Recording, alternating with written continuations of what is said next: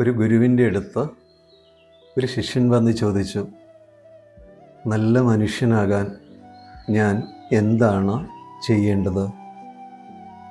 ഗുരു പറഞ്ഞു, നീ നല്ലത് ചെയ്യുക.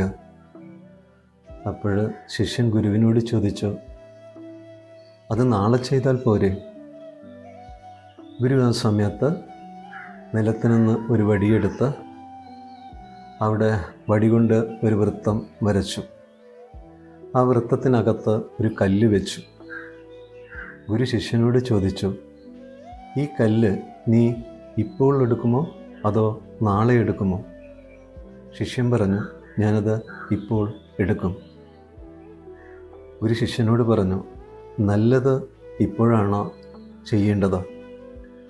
അത് നാളത്തേക്ക് മാറ്റിവെക്കാനോ പിന്നത്തേക്ക് മാറ്റിവെക്കാനോ പാടില്ലേ? അത് ആ നിമിഷത്തിൻ്റെ പുണ്യമായി അപ്പം ചെയ്യണം. അത് നമുക്ക് കിട്ടുന്ന അനുഗ്രഹമാണ്. നാളെ ചെയ്യുക എന്ന് പറയുന്നത് നമ്മുടെ മനസ്സിൻ്റെ മടിയാണ്, അലസതയാണ്. അതേപോലെ ഇന്ന് ചെയ്യേണ്ട കാര്യങ്ങൾ ഇന്ന് തന്നെ ചെയ്യണം. അത് നാളത്തേക്ക് മാറ്റിവെക്കാൻ പാടില്ല. നാളെ നമ്മൾ ചെയ്യുമ്പോൾ അത് നമുക്ക് ഭാരമായിട്ട് മാറും. ആ സമയത്താണ് ജീവിതം വേദനയായിട്ടും ഭാരമായിട്ടും മാറുന്നത്.